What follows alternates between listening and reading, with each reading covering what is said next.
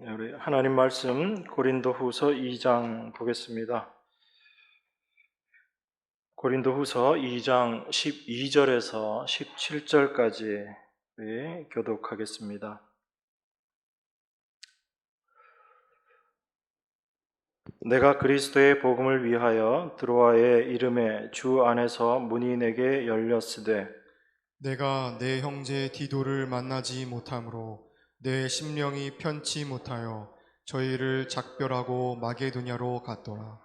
항상 우리를 그리스도 안에서 이기게 하시고 우리로 말미암아 각처에서 그리스도를 아는 냄새를 나타내시는 하나님께 감사하노라. 우리는 구원 얻은 자에게나 망하는 자들에게나 하나님 앞에서 그리스도의 향기니 이 사람에게는 사망으로조차 사망에 이르는 냄새요 저 사람에게는 생명으로조차 생명에 이르는 냄새라. 누가 이것을 감당하리요?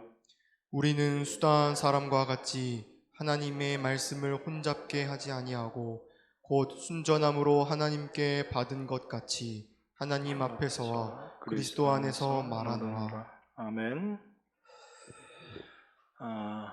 우리는 사람들의 행동을 보고 그 사람을 판단하는 경우가 많습니다. 그것이 일반적인 모습이다라고 우리가 생각할 수 있습니다. 누가 옳고 누가 그르고 누가 믿음이 있고 믿음이 없고 그런 부분들을 우리는 그 사람이 어떻게 행동하는가 그런 것을 가지고 판단하는 경우가 참 많습니다. 사도 바울이 비난을 많이 받고 사도직에 대한 그 의심을 받게 된 이유도 사실 크게 다르지는 않습니다. 사람들이 바울의 행동 그런 부분들을 사도답지 못하다라고 판단했던 부분들이 있고 또 사도 바울이 사도가 되기 이전에 그 사람의 삶의 모습들 그런 것 가지고 사도를 판단하고 또 비난하고 했던 일들을 우리가 확인할 수 있습니다. 또한 우리 고린도서를 통해서 확인되는 것은 고린도 교회 2번 방문하기로 했다가 그 약속 제대로 지키지 못했죠. 사도가 약속을 하고 그 약속을 지키지 않는다라는 것 우리가 생각해도 참 별로 이렇게 바람직해 보이지 않습니다. 제가 여러분들한테 어떤 약속을 하고 그 약속 안 지키고 자꾸 막 공수표만 날리고 이러면 여러분들이 저를 신뢰하지 않을 것이고 또 목사가 맞나 그런 생각할 겁니다. 왜 그러냐면 여러분들은 목사라는 그 대상에 대한 어떤 기대감이나 그 사람이 어떻게 행동할 것이다 라고 생각하는 그런 기대치들이 있거든요. 그런데 그게 타인에게 대한 것뿐만 아니라 자기 자신에게도 그런 것이 있습니다. 그래서 자기 자신을 판단하고 평가할 때도 내 스스로는 어떠해야 된다라는 그 생각을 가지고 자기를 판단하는데 그 판단하는 것에 주가 어떤 것이냐면 자기의 행동을 가지고 많이 판단합니다. 왜냐하면 우리가 다른 사람을 판단하는 부분에 있어서도 눈에 보이는 것 가지고 판단할 수밖에 없는 것이 우리들의 한계이기 때문에 그렇습니다. 그런데 우리가 이 성경을 보고 특별히 하나님의 말씀을 우리가 이해하는 데 있어서 우리가 일반적으로 그렇게 판단하고 평가하고 생각하는 것이 과연 성경적인가라는 부분들은 늘 고민해 보셔야지 됩니다. 여러분들이 오늘 읽으신 본문도 그냥 편안하게 생각하시면서 우리가 그리스도의 향기를 드러내자. 그래서 그 그리스도의 향기를 드러내는 사람으로서 그리스도인으로서의 삶을 살자라고 그렇게 생각하시고 이 말씀을 보시면 뭐 어려울 게 하나도 없습니다. 너무 쉬운 말씀이거든요. 그런데 사도가 말하는 그 내용들을 여러분들이 하나씩 하나씩 확인해 보면 우리가 생각하는 그런 의미의 말을 사도가 하고 있지 않다라는 것을 우리가 발견하게 됩니다. 여러분 오늘 본문 12절 13절을 한번 보십시오. 내가 그리스도의 복음을 위하여 드로아의 이름에 주 안에서 문이 내게 열렸으되 내가 내 형제 디도를 만나지 못함으로 내 심령이 편치 못하여 저희를 작별하고 마게도냐로 갔노라. 여러분, 바울이 복음을 전하기 위해서 드로아라는 지역으로 갔습니다. 그런데 그 드로아에 갔더니 어떤 일이 생겼냐면 주 안에서 나에게 문이 열렸다라고 그렇게 이야기해요. 바울이 드로아에 간 이유는 뭐죠? 복음을 전하기 위해서 간 거잖아요. 그런데 복음을 전하기 위해서 갔는데 문이 열렸다라고 얘기합니다. 이 말씀의 의미가 어떤 거예요? 복음의 문이 열렸다는 거죠. 복음을 전할 수 있는 그런 기회가 생기고 그 일을 할 수 있는 형편이 되었다. 복음을 전할 수 있는 길을 하나님께서 열어주셨다라는 그 이야기를 우리가 또 볼 수 있습니다. 그런데 바울이 어떻게 행동하죠? 열심히 복음을 전하는 게 아니라 전혀 우리가 기대했던 바울의 모습과는 다른 행동을 합니다. 그게 뭐냐면 13절에 내가 내 형제 디도를 만나지 못함으로 내 심령이 편치 못하여 저희를 작별하고 마게도냐로 갔다라고 그렇게 이야기합니다. 아니 이런 사도가 어디 있어요, 여러분? 복음 전하러 갔는데 복음의 문이 활짝 열렸는데 복음을 안 전하고 거기를 그냥 떠나버렸다는 이야기예요. 떠나버린 이유가 뭐죠? 내가 디도를 만나지 못해서 내 심령이 편치 못했다라고 그렇게 이야기합니다. 여러분들은 이 바울의 이 결정을 어떻게 생각하세요? 여러분들이 생각했던 사도 바울 맞아요? 이 본문 처음 보세요? 그동안 쭉 보시긴 보셨을 텐데 신경 안 쓰고 그냥 보셨죠. 밑에 있는 그리스도의 향기를 뿜어라. 그리스도의 향기를 나타내는 자가 되어라. 여기에 여러분들 마음이 가 있다 보니까 다른 부분들은 별로 신경 못 쓰고 지나갈 수 있는 겁니다. 여러분, 바울이 고린도 교회를 방문하고 나서 에베소로 돌아와서 편지를 씁니다. 고린도 교회에 편지를 또 하나 씁니다. 그리고 그 편지를 디도편에 보내는 거예요. 고린도 교회로 보냈습니다. 그래서 고린도 교회가 사도가 다시 보낸 그 편지 그걸 보고 그건 우리가 알고 있는 지금 나와 있는 고린도 전서나 후서는 아닙니다. 그 편지를 보고 어떻게 반응하는가, 그 사람들이 어떻게 이해하고 받아들이는가, 그 고린도 교회의 사정을 이제 디도를 통해서 듣기를 원했겠죠. 바울이 편지를 써서 보냈으니까.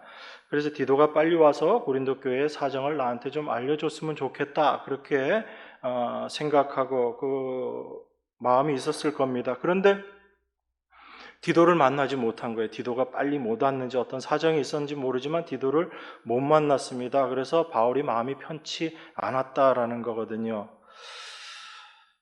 여러분, 바울에게 있어서 가장 중요한 건 어떤 일이죠? 복음 전하는 게 가장 중요한 일입니다. 그렇다면 만약에 우리가 그렇게 생각한다면 바울은 고린도 교회 사정이 아무리 궁금하고 마음이 편치 못했다라고 하더라도 그 드로아에서 복음의 문이 열렸다면 거기서 계속 복음을 전해야지 맞는 거죠. 그 여러분들이 생각하는 그런 사도 바울 아닌가요? 여러분 자신이라도 마찬가지일 거고. 그런데 바울이 드로아를 떠나서 마게도냐로 갑니다. 디도를 좀 빨리 만나려고 더 가까이 있는 그쪽 지역으로 가거든요.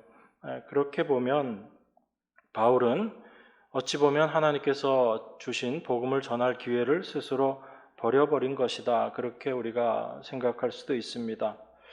또 한편으로는 사도 바울에 대해서 우리가 이렇게 생각할 수 있죠. 왜 이렇게 고린도 교회 문제를 가지고 근심하고 있는가? 그 고린도 교회 문제 우리가 늘 하는 거 어떻게 하나님께 맡기면 될 텐데, 그죠? 하나님께 맡기면 될 텐데 왜 그 문제 가지고 이렇게 근심하고 고민하고 그걸로 끝나는 게 아니라 복음의 문이 열렸는데도 불구하고 복음 전하는 일 안 하고 딴 데로 가버렸다는 얘기예요.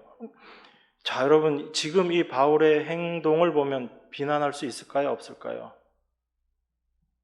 엄청 비난거리죠.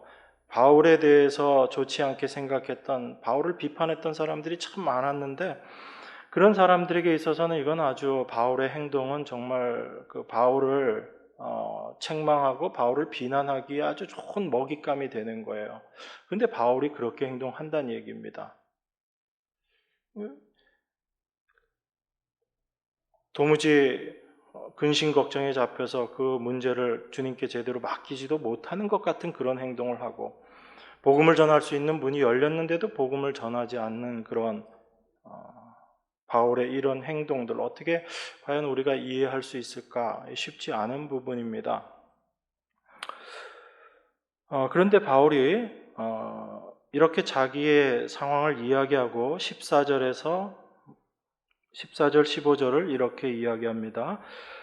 항상 우리를 그리스도 안에서 이기게 하시고 우리로 말미암아 각 처에서 그리스도를 아는 냄새를 나타내시는 하나님께 감사하노라. 우리는 구원 얻는 자들에게나 망하는 자들에게나 하나님 앞에서 그리스도의 향기니, 그렇게 이야기합니다.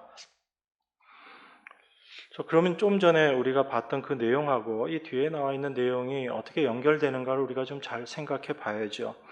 여러분, 그리스도를 아는 냄새, 우리는 각처에서 그리스도를 아는 냄새를 나타내는 자들이다라고 이야기하고, 또 하나님 앞에서 그리스도의 향기다라고 그렇게 이야기합니다. 자, 그럼 제가 여러분께 좀 물어보겠습니다. 여러분, 그리스도의 향기, 그리스도를 아는 냄새, 이거 여러분들 어떻게 이해하세요? 여러분들이 이 말씀 보면서 제일 처음 떠오르는 만약에 단어가 하나 있다면 그 단어는 어떤 거예요? 행동이라는 단어잖아요. 그죠? 여러분들이 그리스도를 아는 향기, 그리스도의 향기로서 여러분들이 하는 것들이 어떤 것인가? 여러분 생각해 보면 여러분들이 기본적인 생각은 어떤 행위를 하는 것이라는 그런 생각인 거잖아요. 그래서 그리스도를 아는 냄새나 그리스도의 향기라는 말을 통해서 우리가 제일 먼저 생각하는 것은 행동입니다. 그래서 그 행동이 그리스도를 나타내는 냄새와 향기가 되어서 사람들에게 그리스도를 알게 하는 것, 이런 의미로 여러분들이 다 지금 생각하고 계시잖아요. 혹시 다르게 생각하시는 분? 예. 그게 우리들의 일반적인 생각입니다.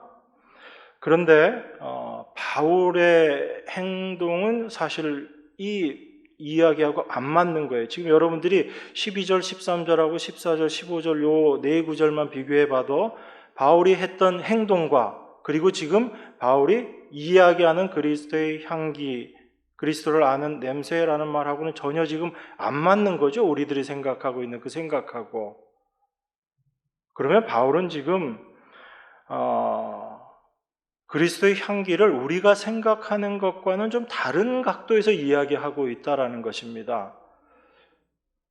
그러니까 우리는 그리스도의 향기, 그러면 우리가 생각하는 신자다운 어떤 행동들을 해서 그 행동으로 말미암아 사람들이 그리스도를 알게 되고 그렇게 전하는 것, 그걸 그리스도의 향기로서의 신자의 모습, 이렇게 우리가 생각할 수 있지만 사도 바울은 사실은 그것과는 조금 다른 각도에서 이야기하고 있다라는 것을 우리가 생각해 볼 수 있는 겁니다. 왜냐하면 이미 어떤 그리스도를 드러내는 향기와 전혀 상관없는 행동을 지금 사도가 하고, 그리고 나서 이어서 지금 그리스도의 향기다라고 이야기하고 있거든요. 그러면 사도는 뭔가 좀 다른 차원에서 이야기하고 있는 것이다라는 걸 우리가 알 수 있는 거죠.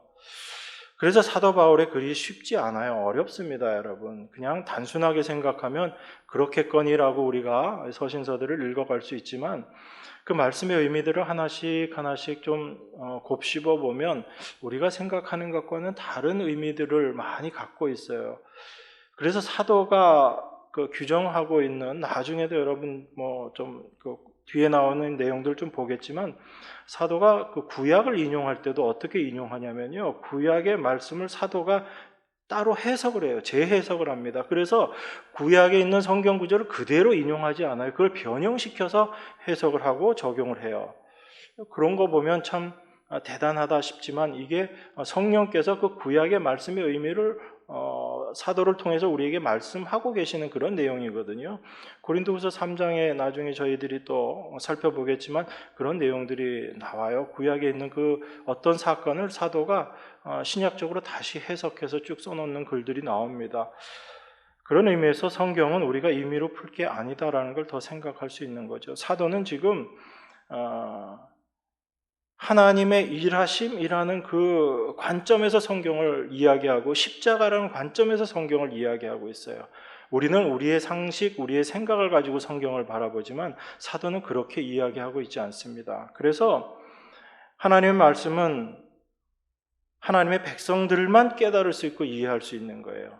세상의 지혜로 이것을 절대로 알 수 없다라는 것이 단순히 어렵기 때문에가 아니라 하나님의 그 지혜가 우리 안에 깨닫게 해 주시는 일을 하시기 때문에 그렇습니다. 바울은 그리스도인들이 어떤 일을 하고 안 하고를 통해서 그 사람이 그리스도의 향기로 존재한다, 존재하지 않는다 이런 이야기를 하고 있지 않습니다. 사도는 지금 그리스도인 하나님의 백성들은 하나님 앞에서 그리스도의 향기로 존재한다라고 그렇게 지금 우리에게 이야기하고 있는 거예요.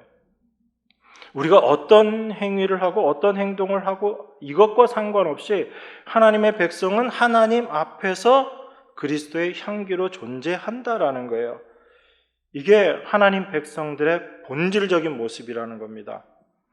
우리가 무엇을 하고 안 하고와 상관없이 우리는 다 하나님의 백성들이고 그 하나님의 백성들은 하나님 앞에서 다 그리스도의 향기다라는 겁니다. 그래서 이 고린도 교회가 어떤 교회예요? 분란이 있고 분파가 있고 정말 우리가 생각할 수 없는 그런 범죄들이 있었던 또 성적인 문제가 있었던 그런 교회입니다. 그런데 그런 교회를 바울이 지금 우리는 그리스도의 향기다라고 그렇게 이야기하고 있는 겁니다.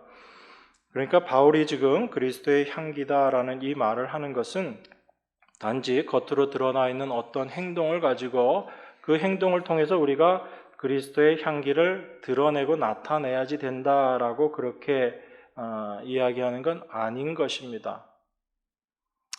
우리가 자꾸 우리의 행위라는 것, 우리의 행동이라는 것에 집중을 하게 되면 하나님의 일하심을 놓쳐요.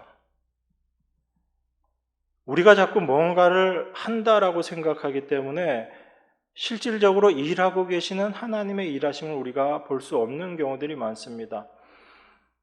우리가 열심히 어떤 사람을 잘 대하고 그 사람에게 정말 그리스도인다운 어떤 행함을 했다라고 해서 그 사람이 예수 그리스도를 알게 될까요? 이렇게 질문하면 여러분들이 그렇게 되는 거 아닌가 이렇게 생각하실 수도 있겠지만 우리의 좋은 행동으로 말미암아 그 사람을 교회에 오게 할 수는 있어요. 이 자리에 앉아 있게 할 수는 있습니다. 그런데 그 사람이 그리스도를 알게 되는 것은 우리의 행함과는 아무 상관이 없는 거예요. 그 사람이 그리스도를 아는 것은 어떻게 알게 되는 거죠? 오직 성령의 역사로 그리스도를 알게 되는 거예요. 그러면 우리가 어떤 행동을 해서 어떤 행위를 해서 우리의 열심과 우리의 선함과 그런 것들로 말미암아 이 사람이 그리스도인 되었다라고 생각해 버리면 우리 뭘 놓치게 되는 거죠? 하나님의 일하심을 우리가 부정해 버리는 게 되는 겁니다. 물론 우리가 세상에서 또 이 세상 살아가면서 엉망으로 살아가야지 된다, 개차반으로 살아야 된다 그 얘기가 아니라 우리는 이 세상에서 분명히 살아가야지 되는 각자의 삶의 모습들이 있습니다.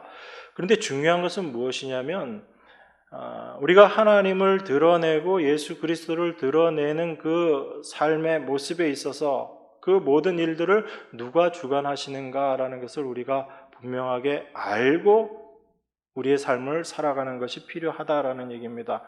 그걸 알지 못하면 사람은 자기 행위에 잡히게 돼요. 그래서 여러분들의 신앙생활 속에서 제일 힘든 게 어떤 거예요? 어떤 때는 정말 성령이 충만한 것 같아서 기뻐서 막 팔짝팔짝 너무너무 기뻐서 어떻게 그 기쁨을 주체할 수 없다가 어느 순간에 아주 그냥 나락으로 떨어져서 내가 정말 하나님 백성 맞는가 그런 생각이 들 때가 있잖아요. 주로 언제 그래요? 여러분 스스로가 여러분 자신을 평가할 때 여러분들의 행동, 생각, 말 그런 것들로 여러분 스스로가 이렇게 좌절하잖아요. 그게 자꾸 어떤 우리 자신에 매여서 우리 자신을 평가하는 모습인 거예요. 하나님께서 우리를 어떻게 보시느냐에는 사실 관심이 없는 겁니다. 그러니까 그 기준으로 옆에 있는 사람들을 자꾸 바라보는 거죠. 저 사람이 믿음이 있나 없나? 저 사람이 그리스도인으로서 잘 행동하고 잘 사는가? 비교하고 평가하고, 나보다 잘난 것 같으면 괜히 시기심 나고, 나보다 못한 것 같으면 무시하고. 여러분, 이게 교회의 모습일 수는 없잖아요, 절대로. 그래서 우리는 하나님께서 우리를 어떻게 보시는가에 우리의 관심이 가 있어야지 돼요.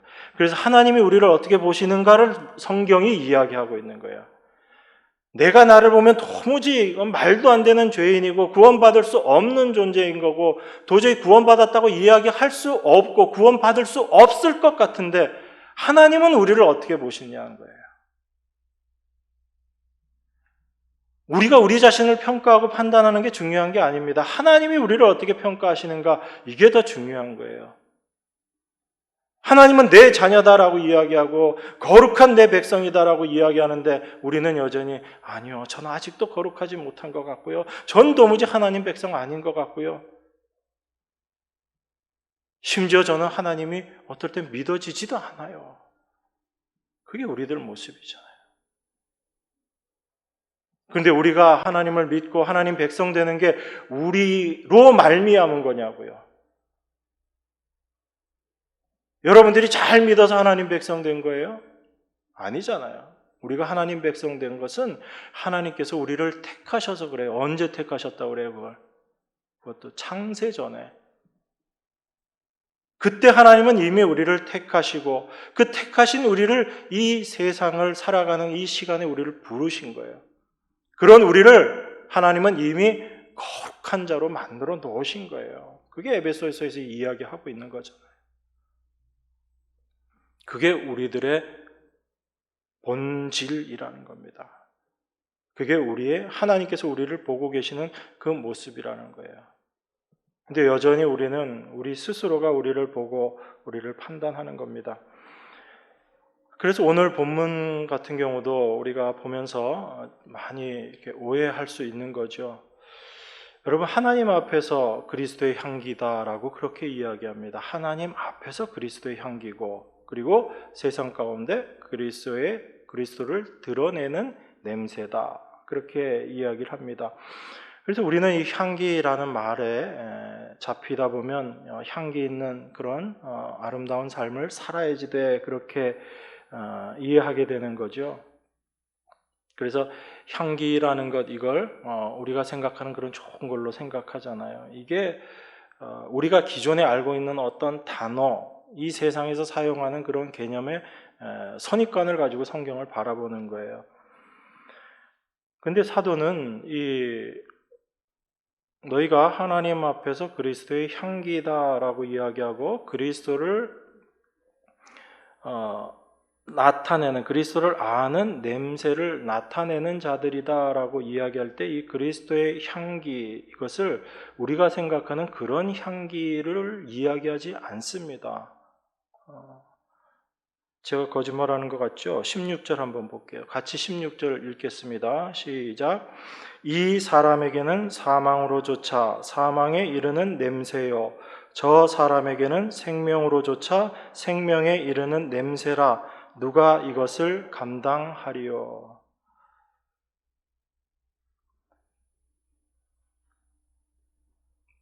우리는 구원 얻는 자들에게나 망하는 자들에게나 하나님 앞에서 그리스도의 향기다라고 이야기합니다. 그런데 이 하나님의 향기가 어떻게 드러나냐면요, 이 사람에게는 사망으로조차 사망에 이르는 냄새고 저 사람에게는 생명으로조차 생명에 이르는 냄새다라고 이야기합니다. 이 말씀의 의미는 생명 안에, 생명 받기로 택함 받은 사람들에게는 생명의 냄새로 다가오게 되는 것이고, 하나님의 택함을 받지 못한 사망에 속한 자들에게는 이것이 사망의 냄새로 다가오게 된다라는 게 지금 사도가 이야기하는 그리스도의 향기라는 이야기예요. 그러니까 사도는 지금 그리스도의 향기를 이야기하면서 뭘 이야기하고 있지 않냐면, 우리가 생각하는 그런 그리스도의 향기를 나타내는 아름다운 행동, 신자다운 행동, 지금 그걸 이야기하고 있는 게 아니라고요.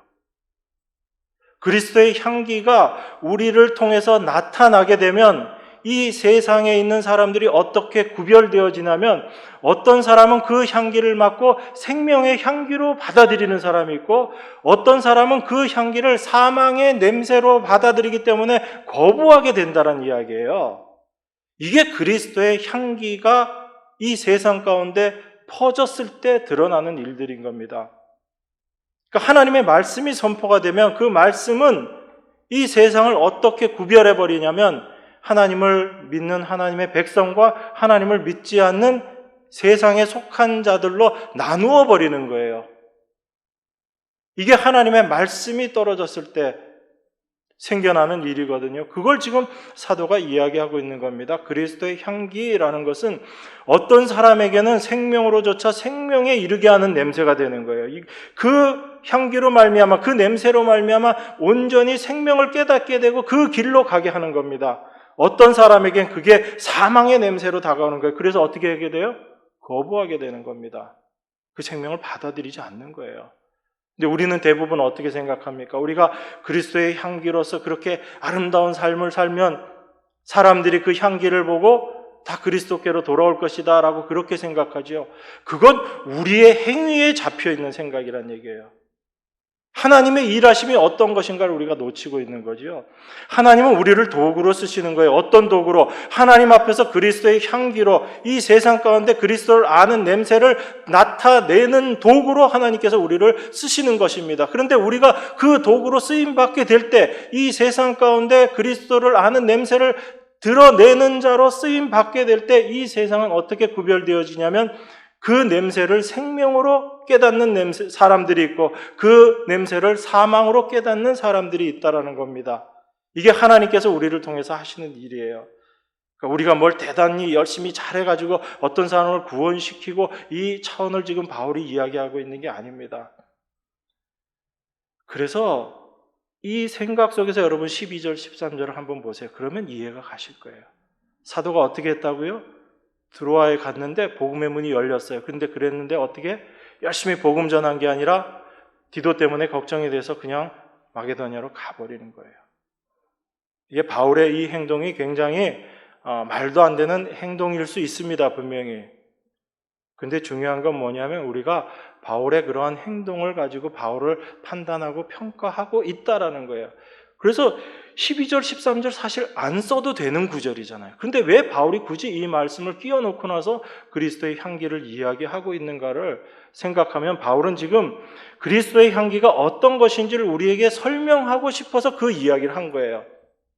정말 그리스도의 향기로서 우리들이 생각하는 그리스도의 향기로서 일을 해야지 된다면 복음의 문이 열렸으면 열심히 복음 전해야지 돼요. 근심 걱정 그거 다 주님께 맡겨버리고 열심히 복음 전해서 거기서 열매들을 맺어내야지 된다고요.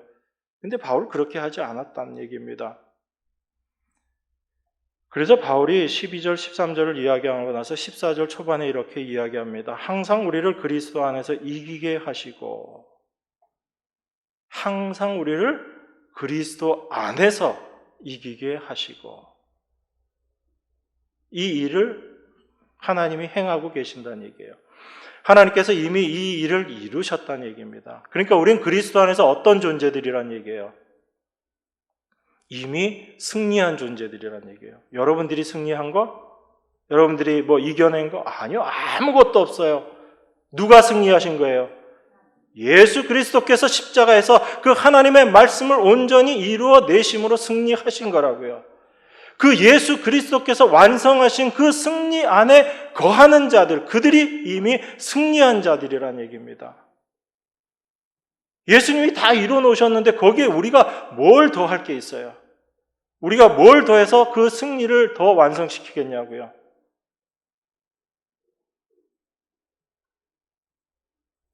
하나님의 일에 사람의 것이 들어가면 표현이 좀 그렇긴 하지만 부정타요. 하나님의 일을 그르친다고요.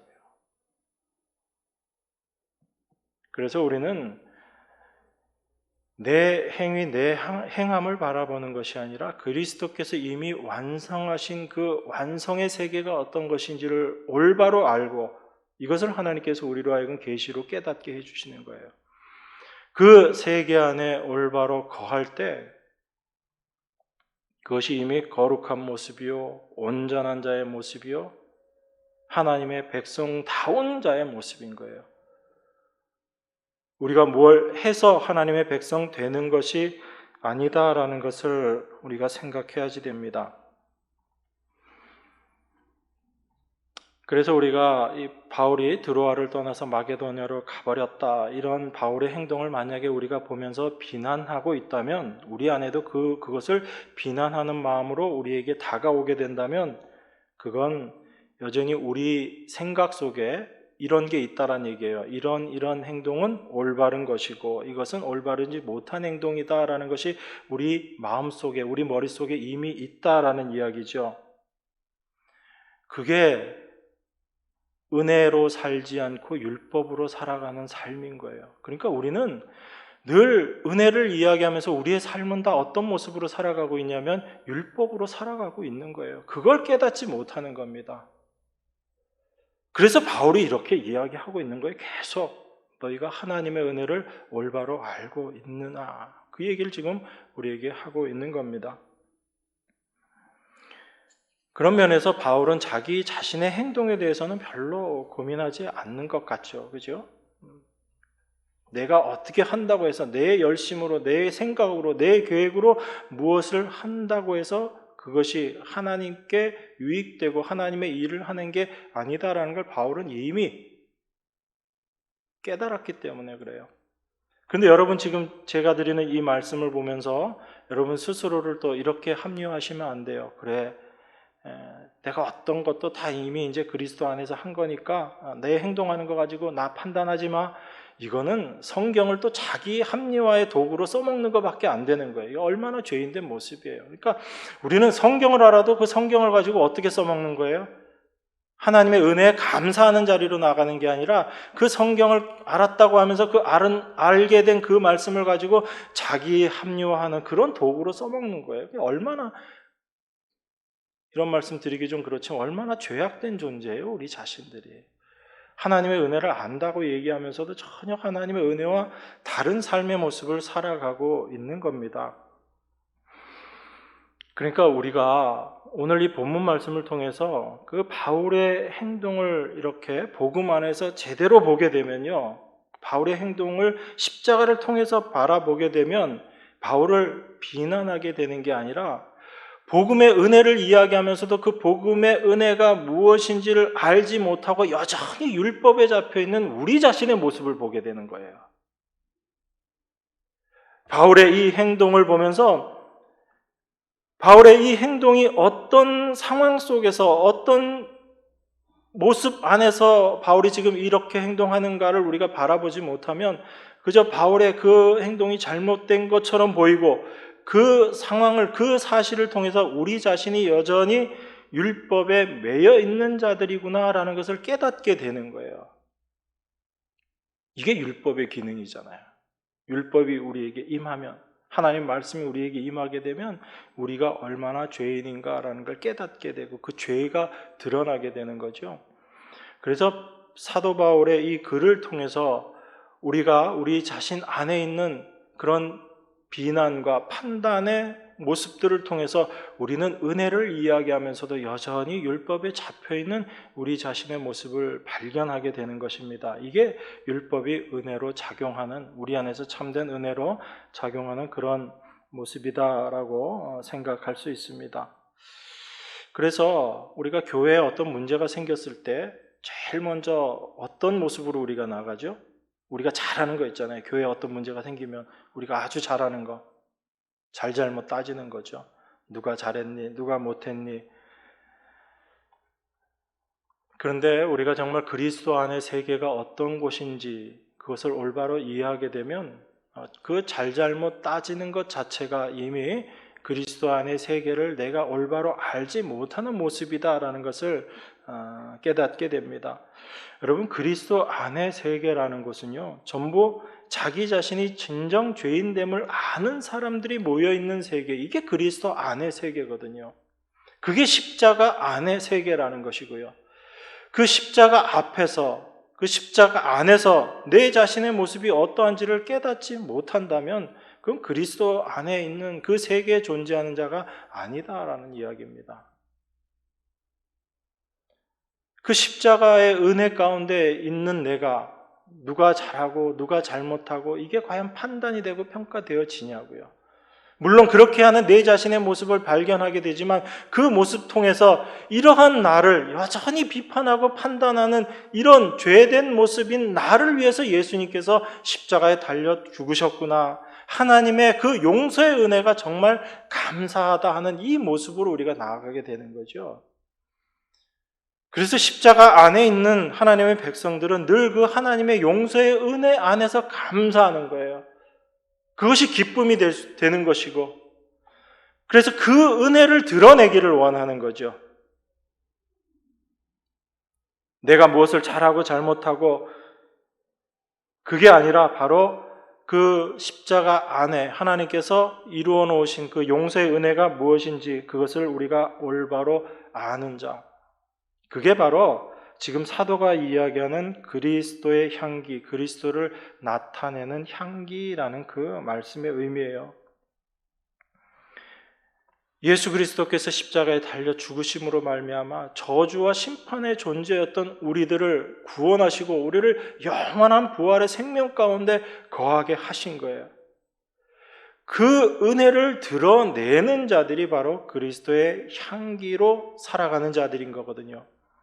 그래서 하나님은 우리를 늘 그 십자가 앞에서, 십자가 안에서 우리가 어떠한 존재인지를 깨닫게 하시는 거예요.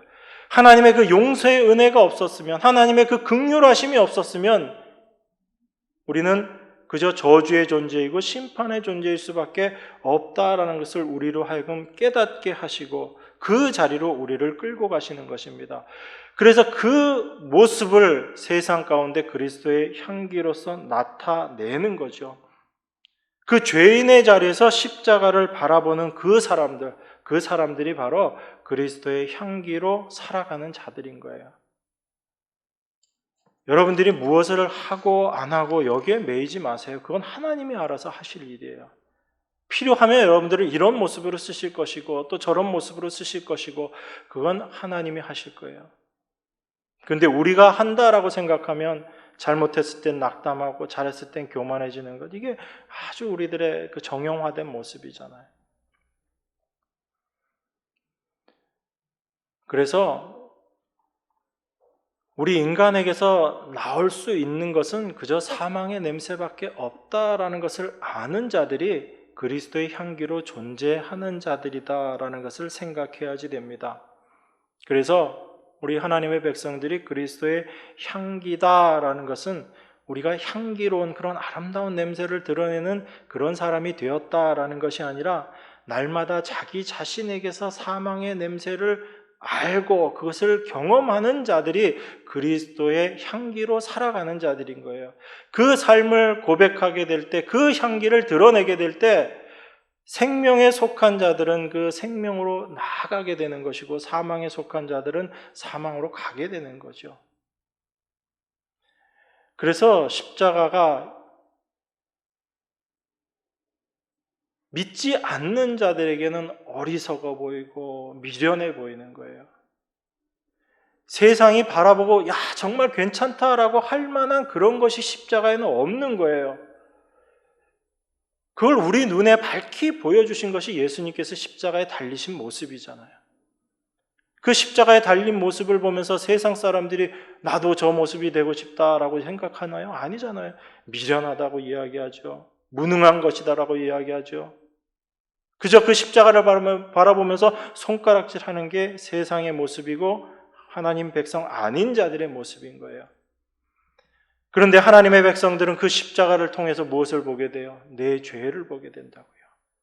내 죄가 저 십자가에서 사해졌구나라는 것을 깨닫게 되고 하나님의 용서하심의 그 은혜 앞에, 그 긍휼하심 앞에 감사함으로 나가게 되는 거죠. 이게 하나님 백성들의 모습인 거예요. 그래서 우리가 분명히 생각해야지 되는 것이 있습니다. 과연 어떤 모습이 우리가 그리스도의 향기로서 이 세상을 살아가고 있는 모습인가라는 것을 우리가 분명히 생각해야지 됩니다.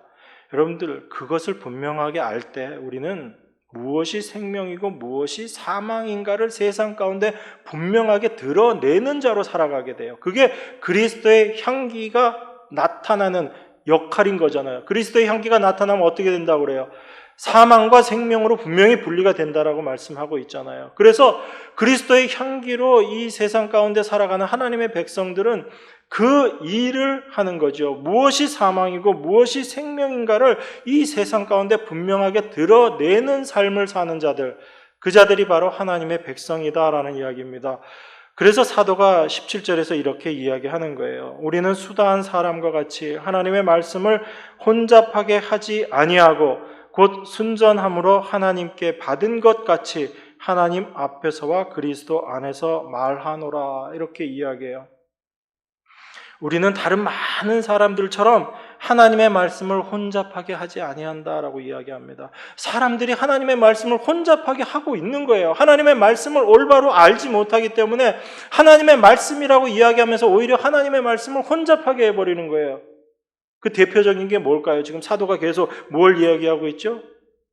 인간의 어떤 행위를 가지고 그 가치를 드러내려고 하고 그것으로 말미암아 어떤 자기 자신의 평가를 받으려고 하고 자신의 의의를 드러내려고 하는 그 모든 것들, 그것이 바로 하나님의 것에 인간의 것을 섞어버리는 그런 혼란하게 만드는, 사도 바울의 표현대로라면 말씀을 혼잡하게 하는 거란 얘기예요.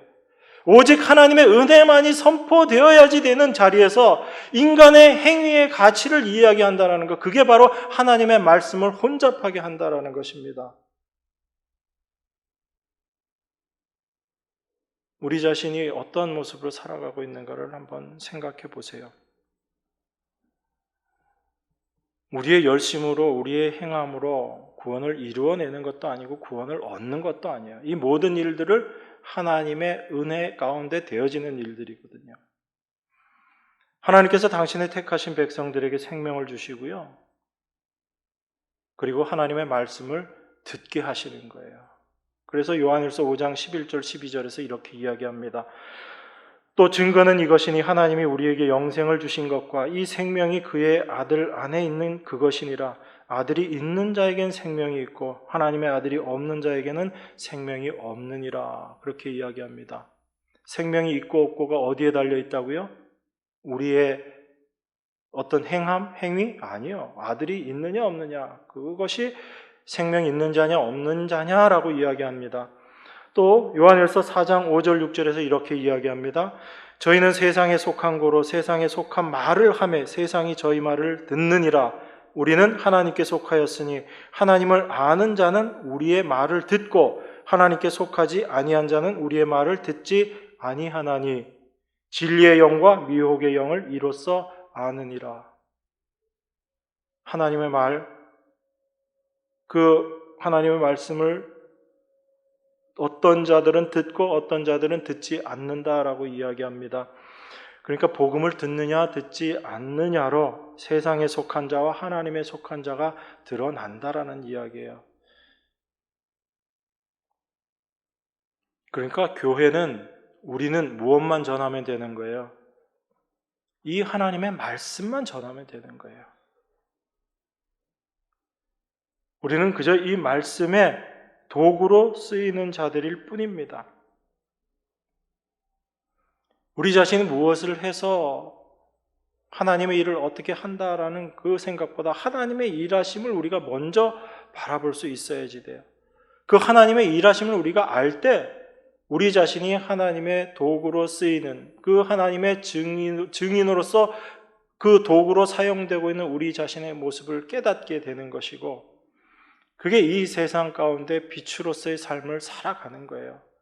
우리가 빛을 만들어내는 게 아니잖아요. 우리 안에 있는 빛을 세상 가운데 드러내는 거죠. 그 빛은 우리로 하여금 무엇을 깨닫게 하는 거예요?